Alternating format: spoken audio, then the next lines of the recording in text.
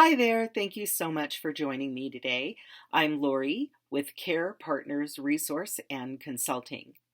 I am a therapeutic journal writing instructor, and this video is talking about my April Carethartic Conversation session with caregivers. And this month's topic was Dare to Practice Self-Care. And the reason I put it that way is because it is so hard to make a practice of taking care of ourselves, especially when we're in the process of caring for a loved one. So we talked a lot about all of the reasons around um, caregiving and around self-care while you're caregiving and why it can be so difficult. There are so many obstacles around taking care of ourselves when we're caring for a loved one. We have a habit of feeling guilty about it, or thinking we don't have enough time, or we don't have enough money.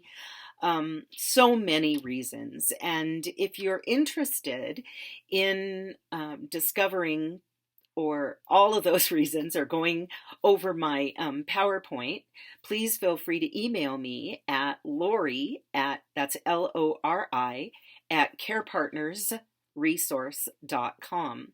And I will also put my email address in the description so that you can feel free to email me and you will get the entire PowerPoint. Or I can send you a copy of the recording where we talk a lot about how other caregivers are feeling. There's a lot of sharing that goes on in these sessions as well. But the main reason I'm here on my YouTube page today is just to break down the writing techniques that we used for this topic. So the first writing technique, we just did some 5-minute to 7-minute sprints, which is just a quick journal write. But the first one we did was the prompt is self-care feels so. So what I want you to do there is I want you to take that prompt and finish that sentence and write for 5 minutes. Set a timer. With all journaling techniques, it's always a good idea to set a timer. You never want to write for too long and go on and on and on. It's always best to just keep it short and simple. Once you're done with that 5-minute write, I want you to read what you wrote, and then I want you to write for 2 more minutes, starting with reading this, okay, and then finish that. Reading this, So, did you realize something? Reading this, you feel? What is the emotion that comes up when you read that? And that's usually your aha moment. The other writing technique was a 7-minute sprint. So I want you to use this prompt and write for 4 minutes.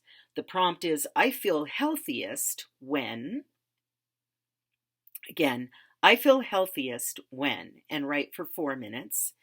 Then I want you to write, this makes me happy because, and write for 3 more minutes. So the first write is, I feel healthiest when, and then this makes me happy because. And then I want you to read both of those writing technique or prompts. And then I want you to write for 2 more minutes, starting with reading this, I realize. Okay. So again, the first part of the write is intended to help you get whatever is on your mind onto the page. And the second part of the write, the purpose of reading that and then going on, is to give you a little bit of an aha moment. Okay. And the third idea that we talked about in our session today was, once you realize what makes you feel healthy, I want you to make a list of those things. What makes you healthy? And write for 5 minutes, starting with, I feel healthy when. Okay, and then just list the things that make you feel healthy. And once you've got them listed, I want you to take one of those and put it on your calendar for this week. Just one of those items. And if that makes you feel good, then repeat it next week. Put it on your calendar for next week. Set an alarm to remind yourself to do that one thing that makes you feel healthy. And then add one more thing from your list. Okay?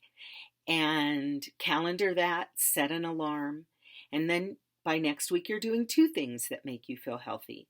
And then the following week, again, if the 1 and the 2 thing made you feel happy, calendar them again, and then add another thing.